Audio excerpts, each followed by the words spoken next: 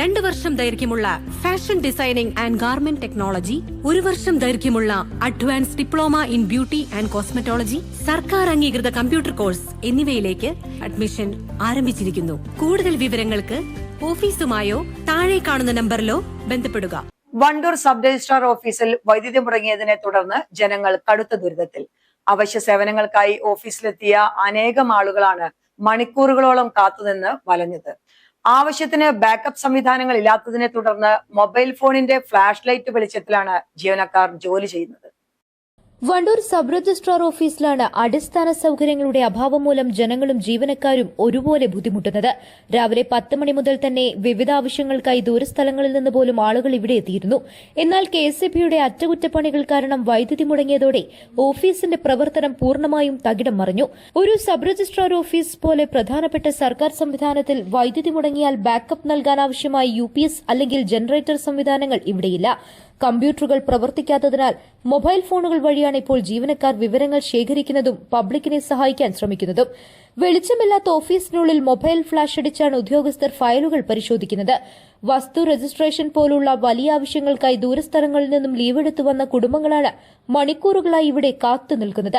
Digital Keralam എന്ന് അവകാശപ്പെടുമ്പോഴും ഒരു സർക്കാർ ഓഫീസിൽ കറന്റ് പോയാൽ ബാക്കപ്പ് സംവിധാനം പോലുമില്ലാത്തത് ലജ്ജാകരമാണെന്നാണ് ജനങ്ങൾ പറയുന്നത്.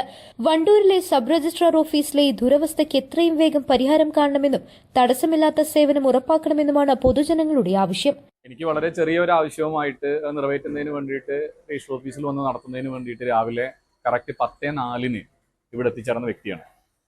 എത്തിച്ചേർന്നപ്പോൾ എല്ലാ ഓഫീസിലെ ഉദ്യോഗസ്ഥരുണ്ടായിട്ട് പോലും എൻ്റെ വളരെ ചെറിയൊരു ആവശ്യം സാധിക്കാത്തൊരവസ്ഥയാണ് ഇന്ന് ഈ രജിസ്റ്റർ ഓഫീസിൽ വന്നപ്പോൾ കാണാൻ സാധിച്ചത്.